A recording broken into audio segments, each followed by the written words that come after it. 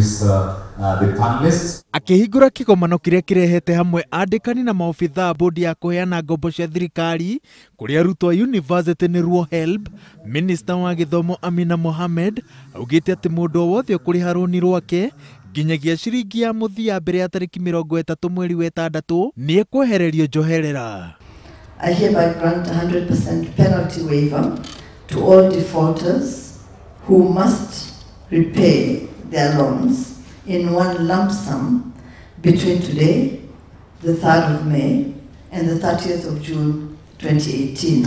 HELB irauga ati makiria ma andu 17,000 aria rikitie guthomithia matiramenyekana kuria mari. Andu 85,000 ni maregete kuriha rũni rwao rwa ciringi bilioni 9.6, no gicunji kinene kia Kenya na kiria kiratimira andu 136 ni kirageria kuriha ciringi bilioni 20.7. The government continues to increase capitation from the exchequer.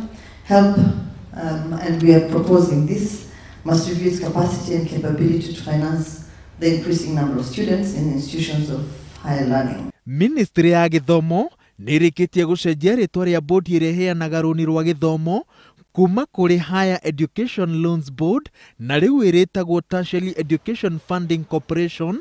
Wira wayo mweru uri kuhe marũni kuri arutwo a university, a college, a kothi cia moko, undu umwe na kurora uria meguteithiriria aria mathiaga gwetha githomo mabũrũri-inĩ ma nanja.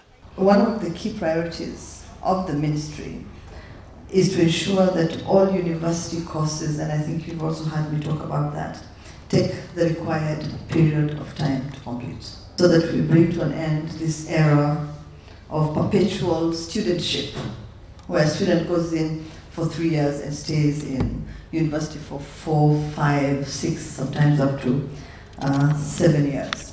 Ministry ya githomo yugite ati ni kurunga ihingica ciothe iria itumaga urekereria wa ngombo cia githomo wigucie, no irathaitha aria magunikaga na rũni rũu matigirire ati ni marikia kururiha niguo ruteithiririe arutwo angi.